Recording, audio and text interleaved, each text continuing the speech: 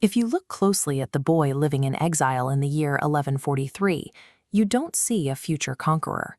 He is 6 years old, quietly memorizing the Quran in borrowed cities. While his brothers chase military glory in the courtyard, Saladin prefers poetry and theology. By the time he is 26, he actively avoids the battlefield. When his uncle orders him to join a military campaign in Egypt, Saladin begs off 3 separate times. He is ultimately dragged into the harsh reality of desert combat against his will. At the time, the Fatimid court in Cairo is rotting from the inside out, controlled by child rulers and murderous officials. When a dying caliph needs a new vizier, he deliberately scans the room for someone who looks young, bookish, and easy to manipulate. He picks Saladin. Saladin takes the position and quietly infiltrates the bureaucracy. He moves slowly, replacing key officials one by one with his own loyal cousins and brothers. By the time the caliph's Black Guard, a private army of thousands of devoted Sudanese soldiers, attempts to revolt, their commanding officers are already Saladin's men. The uprising is neutralized almost immediately. He secures absolute control of an empire, not through the clash of swords, but through invisible political maneuvering and deep patience. By 1171, the 200-year-old Shia Fatimid Caliphate is running out of time, ending with a severely sick young caliph who cannot even lift his head from his pillow. As the boy lies dying, Saladin issues a single, quiet order. From every pulpit in Egypt, the weekly Friday prayer is suddenly spoken in the name of the rival Sunni caliph in Baghdad. Saladin understood that institutional power lived in the names spoken from the pulpit. By changing that one detail, he dismantled an ancient caliphate without drawing a single sword. This map illustrates disjointed territories across Egypt, Damascus, and Aleppo.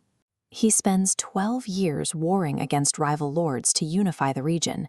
Surviving assassins and sieges, the map turns one color, creating a unified front encircling the Crusader kingdom. Then, in 1177, he makes a massive tactical error. Invading southern Palestine with 26,000 men, he assumes the road to Jerusalem is open. He spreads his forces entirely too thin, scattering them across the plains to raid the countryside. Out of nowhere, the 16-year-old Crusader king leads a desperate, unexpected charge. Less than 400 knights smash into Saladin's unprepared center. The Muslim camp dissolves into chaos, and Saladin barely escapes the slaughter on the back of a racing camel. Fleeing the field taught Saladin that an army of 26,000 was nothing more than a liability if it lacked a single unified objective. He never forgets the boy on the throne. Returning to Egypt, Saladin orders his scribes to draw meticulously detailed maps of Crusader territory. Then he simply waits for the leper king to succumb to his disease, watching from afar as the kingdom splinters into rival, infighting factions. In 1187, a renegade Christian lord raids a Muslim caravan, breaking the standing peace treaty. This provides the exact legal justification Saladin needs to call up 30,000 men from Cairo to Mosul. He marches his massive army into Galilee, keeping them tightly grouped. He deliberately lures the heavy Crusader army out into this exposed open ground. As they pursue him, he burns the dry grass behind them and cuts off their access to water. By the time the Christians reach the Horns of Hattin, they are dying of thirst in the July sun. Saladin attacks from every direction, completely annihilating their cavalry. He spares the captured king, but for the lord who broke the truce, Saladin draws his own blade and strikes the man's head from his shoulders. His greatest military victory is achieved not by fighting harder, but by letting the impatience of his enemy and the brutal desert heat do the lethal work for him. 88 years earlier, the First Crusade took Jerusalem in a bath of blood, burning synagogues with worshippers still trapped inside. When Saladin finally breaches those same walls, his men expect to exact identical revenge. Instead, he opens negotiations. Christians who can pay a ransom leave alive. For thousands who cannot, Saladin's brother empties his personal treasury to buy their freedom.